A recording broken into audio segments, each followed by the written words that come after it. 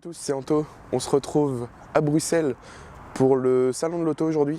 Qu'est-ce qu'on va faire aujourd'hui? On a prévu, j'ai réservé une session simulateur qui est à 11h15, il y a à peu près 10h40. Du coup, on a un petit peu de temps pour visiter avant de s'y rendre. On va découvrir un petit peu aujourd'hui ce que le salon nous réserve. Je pense beaucoup d'électrique, beaucoup d'hybrides, malheureusement, mais j'ai vu sur Insta quelques belles petites pépites.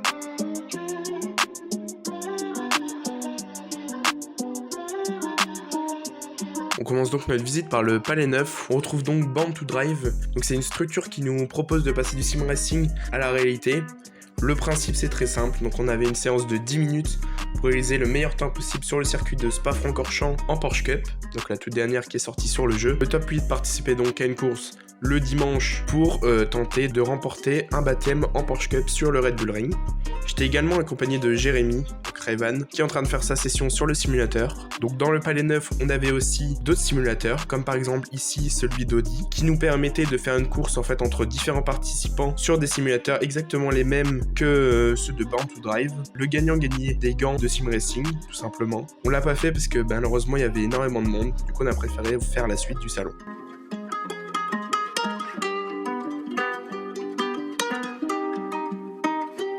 Donc là on arrive au 100e édition expérience, donc c'est un genre de dôme comme ça, avec des voitures qui ont marqué un petit peu l'histoire de l'automobile. Et en fait à l'intérieur ils organisaient un genre de show lumineux, on n'a pas vraiment prêté attention.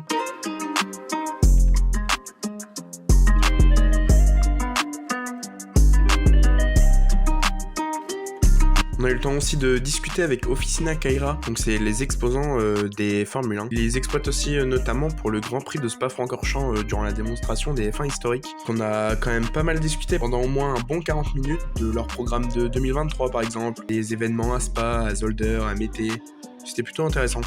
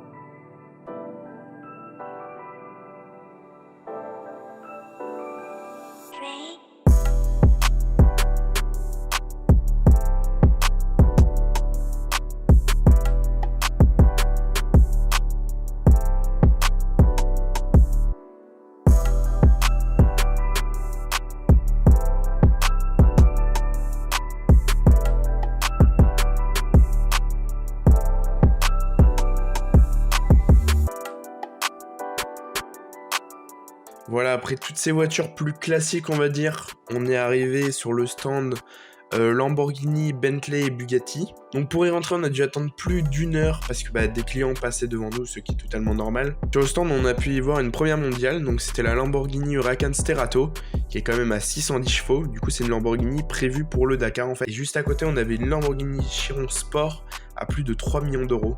C'était tout simplement magnifique.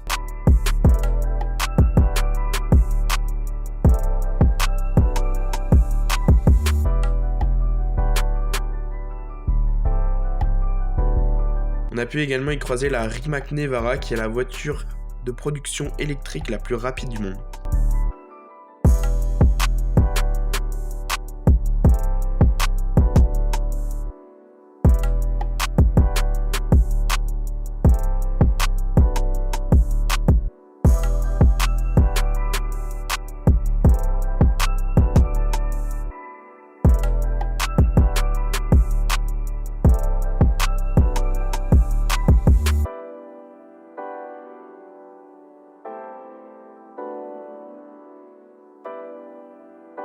Voilà, c'est ici que la vidéo s'achève, donc je vais d'abord quand même vous donner mon avis avant de terminer la vidéo. Ce que j'en pense personnellement, le salon est bien.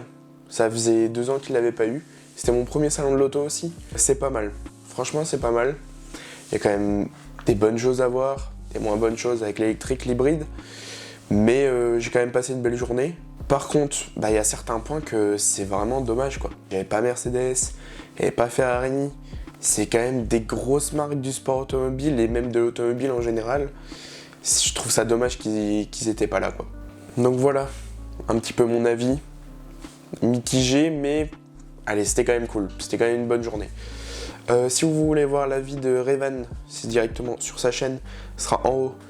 Dans la petite fiche, je vous mettrai la vidéo pour aller voir ça. N'hésitez pas à vous abonner, à liker, à commenter, à aller voir mon Insta qui sera dans la description également. C'est là où je poste toutes mes photos en fait, des événements où je vais. Du coup là, il y a quelques photos qui seront mises pour le salon de l'auto. On se retrouve pour une prochaine vidéo avec Zype où je testerai les simulateurs dynamiques pour voir un petit peu les différences entre le simulateur que j'ai actuellement chez moi et le simulateur dynamique d'Exype. Voilà, merci d'avoir regardé cette vidéo et salut.